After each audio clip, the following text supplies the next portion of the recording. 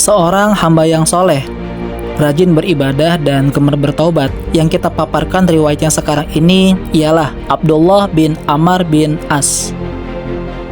Jika bapaknya menjadi guru dalam kecerdasan, kelihayan dan banyak tipu muslihat, sebaliknya Abdullah menjadi teladan yang mempunyai kedudukan tinggi di antara ahli-ahli ibadah yang bersifat zuhud dan terbuka. Seluruh waktu dan sepanjang hidupnya dipergunakan untuk beribadah. Ia berhasil mengecap manisnya iman, hingga waktu siang dan malam itu tidak cukup luas untuk menampung kebaktian serta amal ibadahnya.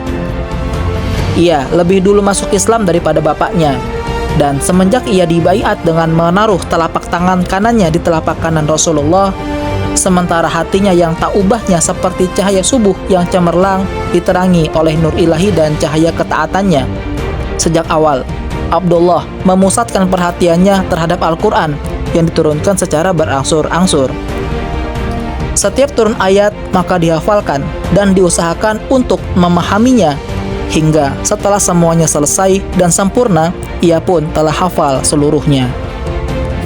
Ia menghafalkan itu bukanlah hanya sekedar mengingat, hingga seolah-olah ingatannya itu menjadi museum bagi sebuah buku tebal, tetapi dihafalkan dengan tujuan dapat dipergunakan untuk memupuk jiwanya, dan kemudian agar ia dapat menjadi hamba Allah yang taat, menghalalkan apa yang dihalalkannya dan mengharamkan apa yang diharamkannya, serta memperkenankan seruannya. Kemudian, tiada bosan-bosannya, ia membaca, melakukan, dan merenungkan isinya, menjelajahi taman-tamannya yang indah mekar, gembira ria jika kebetulan ayat-ayatnya yang mulia itu menceritakan kesenangan. Sebaliknya, menangis, mengucurkan air mata jika membangkitkan hal-hal yang menakutkan. Abdullah telah ditakdirkan Allah menjadi seorang suci dan rajin beribadah. Tidak satupun kekuatan di dunia ini yang mampu menghalangi terbentuknya bakat yang suci ini dan tertanamnya nur ilahi yang telah ditakdirkan bagi dirinya itu. Apabila tentara Islam maju ke medan laga untuk menghadapi orang-orang musyrik yang melancarkan peperangan dan permusuhan, maka kita akan menjumpainya di barisan terdepan, menciptakan syahid dengan hati yang rindu dan jiwa yang asyik. Ketika peperangan itu telah usai, di mana kita akan menemuinya? Di mana lagi kalau tidak di masjid umum atau di musola rumahnya, puasa di waktu siang dan mendirikan sholat di waktu malam. Lidahnya tak kenal akan percakapan tentang soal dunia, walaupun itu bukan hal yang terlarang. Sebaliknya, tidak kering-keringnya berzikir kepada Allah, tasbih memujinya, istighfar terhadap dosanya, atau membaca kitab sucinya. Untuk mengetahui betapa jauhnya Abdullah terlibat dalam beribadah, cukuplah kita perhatikan Rasulullah yang sengaja datang menyeru manusia untuk beribadah kepada Allah, terpaksa campur tangan agar ia tidak sampai keterlaluan dan berlebih-lebihan. Demikianlah salah satu segi dari pelajaran yang dapat ditarik dari kehidupan Abdullah bin Amr, menyingkapkan kemampuan luar biasa yang tersimpan dalam jiwa manusia untuk mencapai tingkat tertinggi dalam beribadah dan meninggalkan kesenangan duniawi. Segi yang lain ialah perlindungan agama agar orang bersikap sederhana dan tidak berlebih-lebihan dalam mencapai segala ketinggian dan kesempurnaan itu, hingga jiwa seseorang itu tetap mempunyai gairah hidup dan semangat bermasyarakat. Di samping itu agar jasmaninya tetap dalam keadaan kondisi siap melaksanakan segala tugas. Rasulullah SAW telah mengetahui rahasia jalan dan corak kehidupan Abdullah bin Amr bin As, hanya satu dan tidak berubah. Jika tidak pergi berjuang, maka hari-harinya itu dari mulai fajar sampai fajar berikutnya terpusat pada ibadah yang sambung menyambung, berupa puasa, sholat, dan membaca Al-Quran. Dipanggilnyalah Abdullah dan disuruhnya agar tidak keterlaluan dalam beribadah itu. Rasulullah bertanya, "Kabarnya kamu selalu puasa di siang hari tak pernah berbuka, dan sholat di malam hari tak pernah tidur. Cukuplah puasa 3 hari dalam setiap bulan." Abdullah berkata, "Aku sanggup lebih banyak dari itu, wahai Rasul." Rasul berkata, "Kalau begitu cukup 2 hari dalam seminggu." Ia berkata lagi, "Aku sanggup lebih banyak dari itu."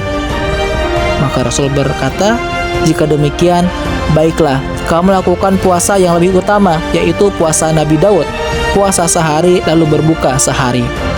Rasulullah SAW bersabda, "Aku tahu bahwa kamu membaca Al-Quran sampai tamat dalam 1 malam. Aku khawatir kalau usiamu lanjut dan jadi bosan membacanya. Bacalah setiap sebulan sekali khatam, atau kalau tidak sekali dalam 10 hari, atau sekali dalam 3 hari. Aku berpuasa dan berbuka, bangun sholat malam dan tidur, juga kawin dengan perempuan. Maka siapa yang tidak suka akan sunnahku tidaklah termasuk golongan umatku. Dan benarlah ketika Abdullah bin Amr dikaruniai usia lanjut, maka tatkala ia sudah tua dan tulangnya jadi lemah, ia selalu ingat nasihat Rasulullah dulu itu. Lalu ia berkata, "Wahai malang nasibku, kenapa dulu tidak melaksanakan keringanan dari Rasulullah?" Seorang mukmin seperti Abdullah ini akan sulit dijumpai dalam suatu pertempuran, apapun corak pertempuran itu yang berkecamuk di antara dua golongan muslimin. Kalau begitu, apakah kiranya yang membawa kakinya dari Madinah ke Siffin dan menggabungkan diri pada barisan Muawiyah dalam pertempuran menghadapi Ali? Selamanya, sikap yang diambil Abdullah ini patut untuk direnungkan. Sebagaimana pula setelah memahaminya, layak untuk memperoleh penghargaan dan penghormatan. Telah kita lihat betapa Abdullah bin Amr memusatkan perhatiannya terhadap ibadah, hingga dapat membahayakan nyawanya. Hal ini amat mencemaskan hati bapaknya, hingga sering dilaporkannya kepada Rasulullah.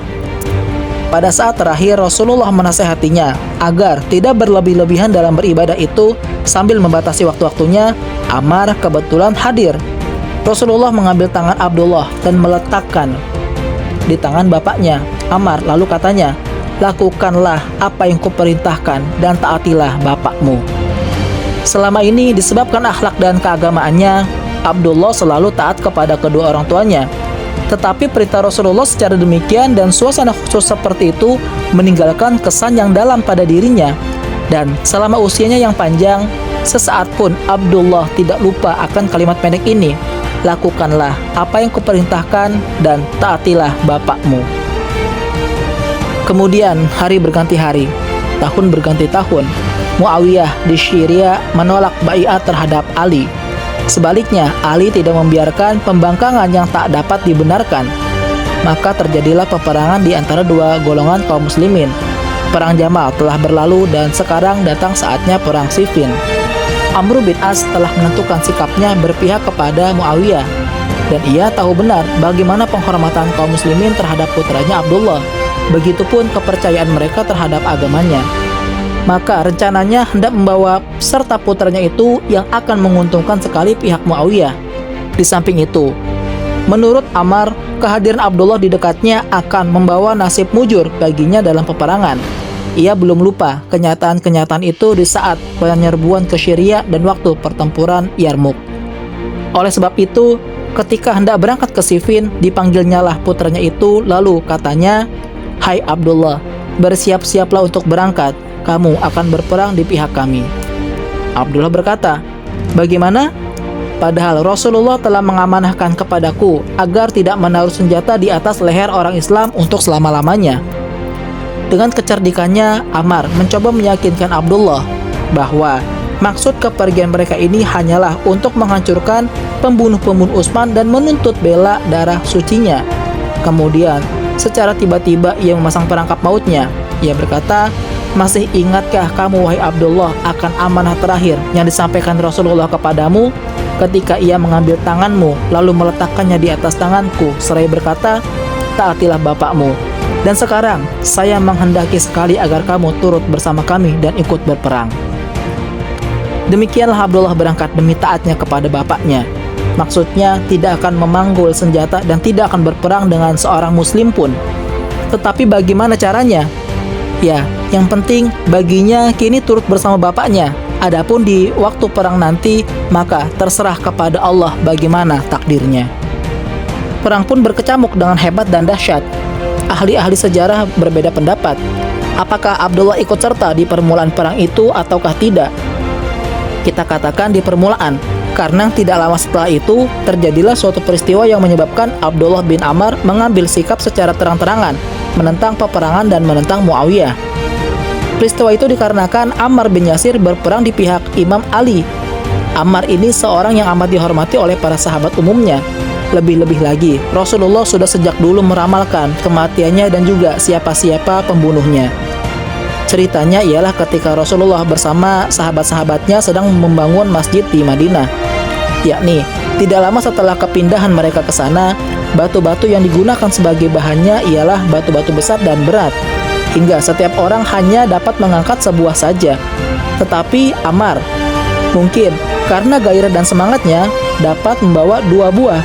Hal itu tampak oleh Rasulullah, maka dipanggilnya anak muda itu dengan kedua matanya yang tergenang air. Lalu katanya, kasihan anak Sumayyah, ia dibunuh oleh pihak yang durhaka. Semua sahabat yang ikut bekerja pada hari itu sama mendengar nubuah Rasulullah ini dan selalu ingat kepadanya. Dan Abdullah bin Ammar juga termasuk di antara sahabat yang mendengarnya.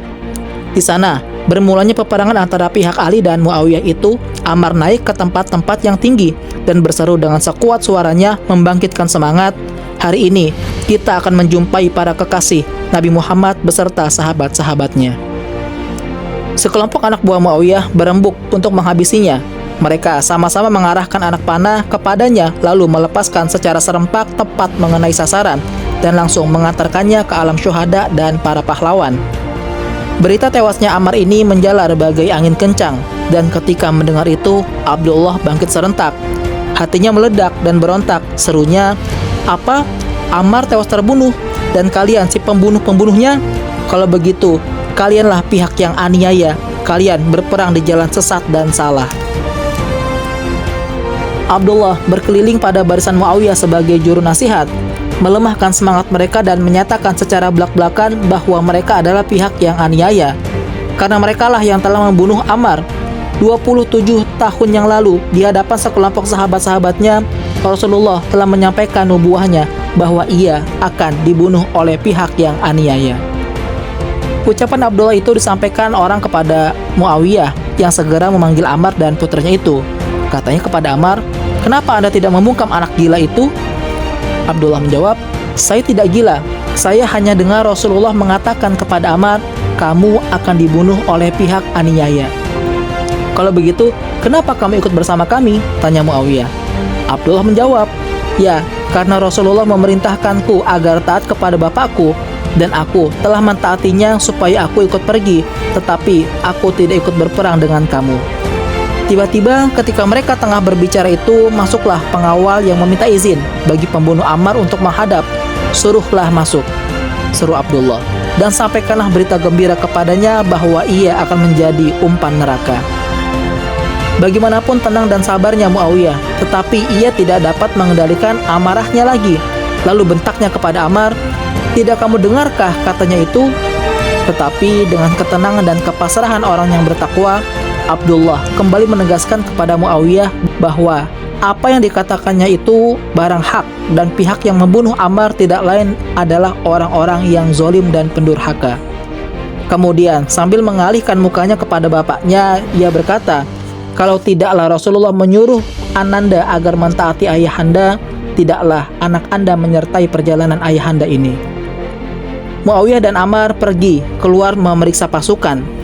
Alangkah terkejutnya mereka ketika mengetahui bahwa anak buahnya sedang memperbincangkan sabda Rasulullah terhadap Ammar. Kedua pemimpin itu merasa bahwa desas-desus itu dapat meningkat menjadi tantangan dan pembangkangan terhadap Muawiyah. Maka mereka pun memikirkan suatu muslihat yang kemudian mereka peroleh dan lontarkan kepada khalayak ramai. Mereka berkata, memang benar bahwa Rasulullah pernah berkata kepada Ammar bahwa ia akan dibunuh oleh pihak yang zalim. Nubuah Rasulullah itu benar, dan buktinya sekarang Ammar telah dibunuh. Nah, siapakah yang membunuhnya? Pembunuhnya tidak lain dari orang-orang yang telah mengajaknya pergi ikut berperang. Dalam suasana kacau balau dan tak menentu seperti itu, berbagai logika dan alasan akan dapat diberikan. Demikianlah keterangan logis Muawiyah dan Ammar yang laris dan mendapat pasaran.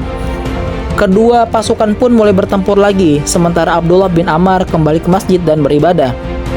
Abdullah bin Ammar menjalani kehidupannya dan tidak mengisinya kecuali dengan mengabdikan diri dan beribadah. Tetapi, ikut sertanya pergi ke Siffin semata-mata kepergiannya saja senantiasa merupakan sumber kegelisahannya. Ingatan itu tidak hilang dari pikirannya sampai-sampai ia menangis. Keluhnya, "Oh, apa perlunya bagiku Siffin? Oh, apa perlunya bagiku memerangi kaum muslimin?" Pada suatu hari ketika ia sedang duduk-duduk dengan beberapa orang sahabatnya di Masjid Rasul, lewatlah Husain bin Ali radhiyallahu anhu dan mereka pun bertukaran salam. Tatkala Husain telah berlalu, berkatalah Abdullah kepada orang-orang di sekelilingnya, "Sukakah kalian kutunjukkan penduduk bumi yang paling dicintai oleh penduduk langit? Dialah yang baru saja lewat di hadapan kita tadi, Husain bin Ali. Semenjak perang Siffin, ia tak pernah berbicara denganku. Sungguh, ridhonya terhadap diriku lebih kusukai dari barang-barang berharga apapun juga." Abdullah berunding dengan Abu Sa'id Al-Khudri untuk berkunjung kepada Husain. Demikianlah akhirnya kedua orang termulia itu bertemu muka di rumah Husain. Lebih dulu Abdullah bin Amr membuka percakapan hingga sampai disebut-sebut soal Siffin. Husain mengalihkan pembicaraan ini sambil bertanya, "Apa yang membawamu sehingga kamu ikut berperang di pihak Muawiyah?"